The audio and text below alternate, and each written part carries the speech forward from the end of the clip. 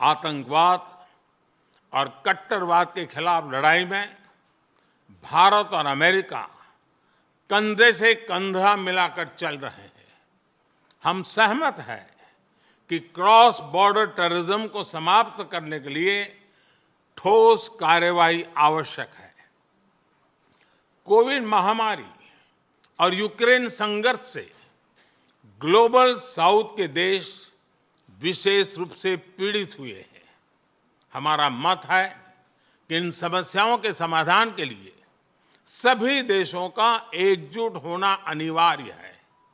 Ukraine के घटनाक्रम के शुरुआत से ही भारत ने डायलॉग और डिप्लोमेसी के माध्यम से इस विवाद को सुलझाने पर जोर दिया है। हम शांति की बहाली के लिए हर संभव योगदान देने के लिए पूरी तरह से तैयार हैं। भारत की G20 की अध्यक्षता में हम one earth, one family, one future उस पर बल दे रहे हैं। ग्लोबल साउथ की प्राथमिकताओं को आवाज दे रहे हैं। मैं राष्ट्रपति बाइडेन का धन्यवाद करता हूं कि उन्होंने अफ्रीका को G20 का पूर्ण सदस्य बनाने के मेरे प्रस्ताव पर समर्थन जताया है। फ्रेंड्स, हमारे सभी साझे प्रयासों का मूल मंत्र है लोकतंत्र और लोकतांत्रिक मूल्यों तथा व्यवस्थाओं को सशक्त करना। विश्व के दो सबसे बड़े लोकतंत्र भारत और अमेरिका मिलकर विश्व शांति, स्थिरता, समृद्धि में महत्वपूर्ण सहयोग दे सकते हैं। मुझे विश्वास है कि इन मूल्यों के आधार पर हम दोनों देशों के लोगों की ही नहीं बल्कि पूरे विश्व की अपेक्षाओं और आकांक्षाओं को पूरा कर सकेंगे। राष्ट्रपति बाइडेन, आज की उपयोगी चर्चा के लिए मैं आपका बहुत बहुत धन्यवाद करता हूं। इस वर्ष G20 समिट के दौरान आपका भारत में स्वागत करने के लिए भारत और मैं स्वयं भी बहुत ही उत्सुक है। और जैसा राष्ट्रपति जी ने कहा, हम लोगों को मुझे जाना है बाद में कांग्रेस को एड्रेस करने के लिए, और इसलिए ज़्यादा अधिक समय न लेते हुए मैं मेरी बात को विराम देता हूं। मैं फिर एक बार राष्ट्रपति का बहुत बहुत धन्यवाद करता हूं। मुझे आश्चर्य हो रहा है कि आप कह रहे हैं कि लोग कहते हैं नहीं, भारत डेमोक्रेसी है। और जैसा राष्ट्रपति बाइडेन ने कहा, भारत और अमेरिका दोनों के डीएनए में लोकतंत्र है। लोकतंत्र हमारा स्पिरिट है। लोकतंत्र हमारी रगों में है। लोकतंत्र को हम जीते हैं और हमारे पूर्वजों ने उसको शब्दों में ढाला है संविधान के रूप में। और हमारी सरकार लोकतंत्र के मूलभूत मूल्यों को आधार लेकर के बने हुए संविधान के आधार पर चलती है। और हमारा संविधान और हमारी सरकार, और हमने सिद्ध किया है डेमोक्रेसी कैन डिलीवर। और जब मैं डिलीवर कहता हूं तब कास्ट, क्रीड, रिलीजन, जेंडर, किसी भी भेदभाव को वहां जगह नहीं होती है। और जब हम लोकतंत्र की बात करते हैं तब अगर ह्यूमन वैल्यूज नहीं है, ह्यूमैनिटी नहीं है, ह्यूमन राइट्स नहीं है, फिर तो वो डेमोक्रेसी है ही नहीं। और इसलिए जब आप डेमोक्रेसी कहते हैं, जब डेमोक्रेसी को स्वीकार करते हैं और जब हम डेमोक्रेसी को लेकर के जीते हैं, तब डिस्क्रिमिनेशन का कोई सवाल ही नहीं उठता है। और इसलिए भारत सबका साथ, सबका विकास, सबका विश्वास, सबका प्रयास, उन मूलभूत सिद्धांतों को लेकर के, और इसलिए हम चलते हैं। भारत में सरकार के जो बेनिफिट्स हैं वो एक्सेस टू ऑल है। जो भी उसके हकदार हैं उन सबको मिलते हैं।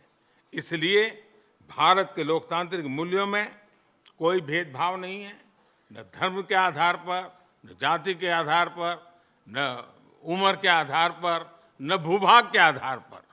एक्सेलेंसी, आपने सही कहा। जहां तक भारत का सवाल है,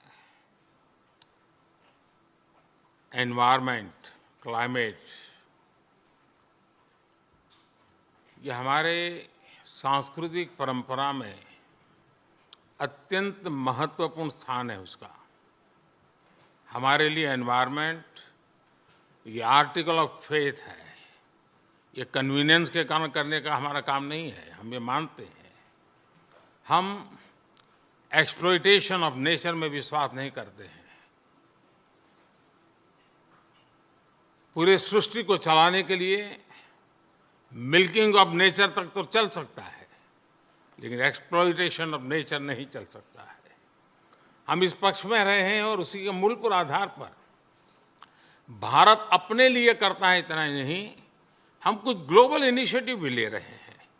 आपको मालूम है, G20 देशों ने पेरिस में जो प्रॉमिस किया था, सभी G20 देशों में अकेला हिंदुस्तान है जिसने पेरिस में जो प्रॉमिस किए थे वो सारे प्रॉमिस पूरे किए हैं। इतना ही नहीं, सोलर एनर्जी के क्षेत्र में हमने ग्लासगो में रिन्यूएबल एनर्जी के क्षेत्र में 500 गीगावाट का टारगेट रखा है। हमने 2030 तक भारत की रेलवे का नेट जीरो का लक्ष्य रखा है।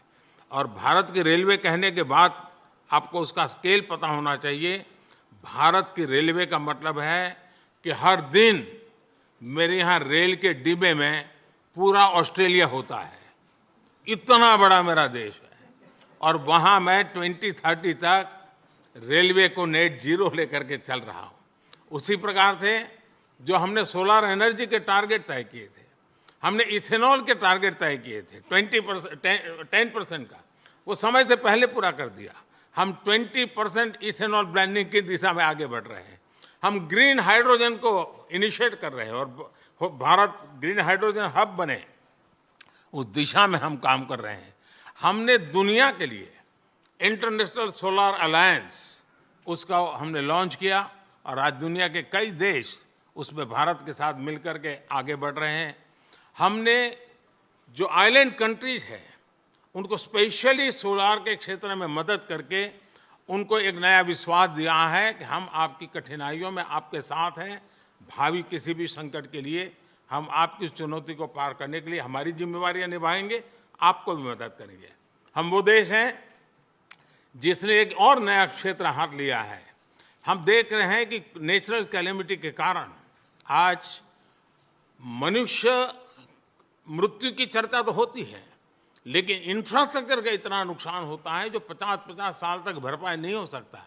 और इसलिए ये जो क्लाइमेट चेंज के कारण जिस प्रकार का संकट आ रहा है, तो ऐसा इंफ्रास्ट्रक्चर बनना चाहिए जिसमें रेजिलियंस हो। और इसके लिए CDRI हमने एक ग्लोबल ऑर्गेनाइजेशन को जन्म दिया है। और आपको पता होगा, मैंने ग्लासगो के अंदर एक विषय रखा है दुनिया के सामने, और जिसको पिछले दिनों UN सेक्रेटरी जनरल और मैंने उसको लॉन्च किया है, वो है मिशन लाइफ। और जब मैं लाइफ कहता हूं तब life style for environment. Her individual को प्रो क्लाइमेट, प्रो एनवायरमेंट अपना जीवन जीने का तरीका डेवलप करना होगा। इतने बड़े संकट के लिए उस दिशा में भी हम काम कर रहे हैं। और मुझे विश्वास है कि भारत ने जो आज इन क्षेत्रों में काम शुरू किया है, इसलिए नहीं कि भारत ने दुनिया के एनवायरनमेंट को बुरा किया है, लेकिन हम इसलिए कर रहे हैं कि हमारी भावी पीढ़ी की हमें चिंता है। हम हमारी भावी पीढ़ी को ऐसा विश्व नहीं दे सकते हैं कि जिसके लिए उसके लिए जीना कठिन हो जाए। और इसलिए एक ग्लोबल रिस्पॉन्सिबिलिटी के रूप में भारत ने खुद ने कुछ बुरा नहीं किया है तो भी अच्छा करने में, योगदान देने में हम अग्रिम भूमिका निभा रहे हैं और हम आगे भी निभा रहेंगे। जहां तक समृद्ध देश हैं, लगातार चर्चा रही है, टेक्नोलॉजी ट्रांसफर हो, फाइनेंशियल मदद हो, और धीरे धीरे विश्व भी मन बना रहा है कि जो देश इसमें करना चाहते हैं उनको टेक्नोलॉजी की मदद मिले, उनको फाइनेंशियल मदद मिले। हम प्रतीक्षा कर रहे हैं कि जितना जल्दी इस विषय में आगे बढ़ेंगे, दुनिया को इस संकट से हम जल्दी से मुक्त कर पाएंगे। धन्यवाद।